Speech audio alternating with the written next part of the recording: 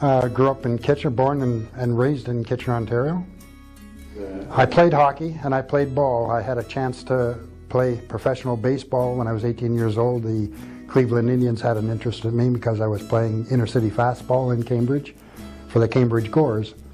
And they represented Canada in the World Championships, fastball championships, a year before I started playing there. So it was a really, really good ball team. And I played there, and I was playing junior B hockey in Waterloo for the Waterloo Siskins, which are one of the top junior teams in Canada. And went from there to what was called at that time the Guelph Biltmores. And I played with Eddie Shack and Kenny Warm and fellows like that. And Chicago bought my contract after my first year of junior, and I was only 18 at the time. So I was on my way to a pretty good profession if I went on the way I wanted to go on.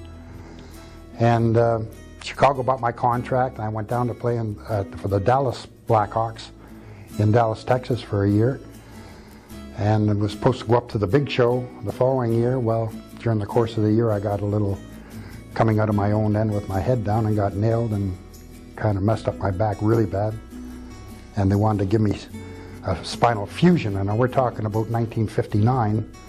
Spinal fusion in 1959 isn't like it is in 1999 or 2009, and they only gave me a 30% chance of not ending up in a wheelchair for the rest of my life. So it wasn't hard to make a decision. I wanted to be able to function like a normal human being, and I was already, my first wife and I were already going together at that time. I was married when I was 20, and that's basically what happened. And I got hurt and I had to go into other things. I had to go into the things that I had no knowledge about. I had no education.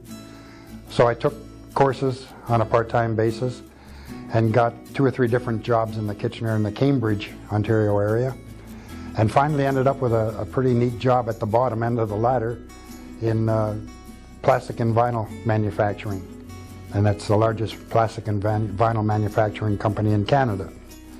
And I worked my way up the ladder from the dirtiest, hottest job in the factory, and after a couple of years became an assistant foreman, became a foreman, became plant superintendent over a 20-year period.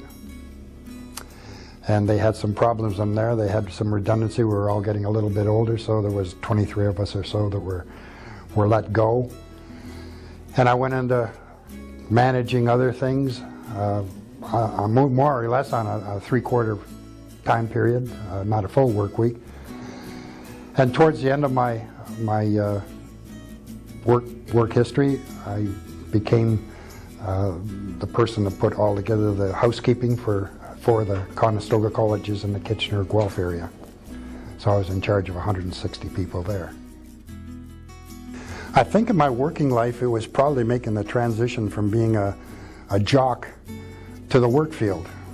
I never got more than I never graduated out of grade 9.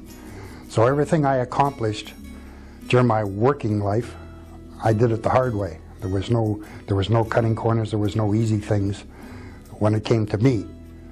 So I put my head down, and I think I applied myself in most instances and took courses on time management, you know, and things like that. Delegation of authority and things like that in the workforce. When I was in the managerial position, it really, really helped me, and I worked my way up. And the other part of that is, I think, starting on the bottom rung in a factory of 600 people and working yourself to be a plant superintendent, I think is a pretty neat thing. I look back on that and smile to myself and wondered, I still wonder to this day, how the heck did you ever accomplish that? In my personal life, I think meeting my second wife, Shirley. And anybody that knows her, I laugh to myself when I talk about her because she's such a great lady. She'd laugh if her leg was on fire. And she's just so outgoing and so warm, and everything about her is genuine. There's no hidden things about Cheryl. She's what she is, and I think that's the thing I'm most proud about. And you know, you have your children, and I've discussed this with other people. You have your children, and they get to the point where they have their own lives. And as you get older, she's my crutch. I don't know what I'd do without her. She's great.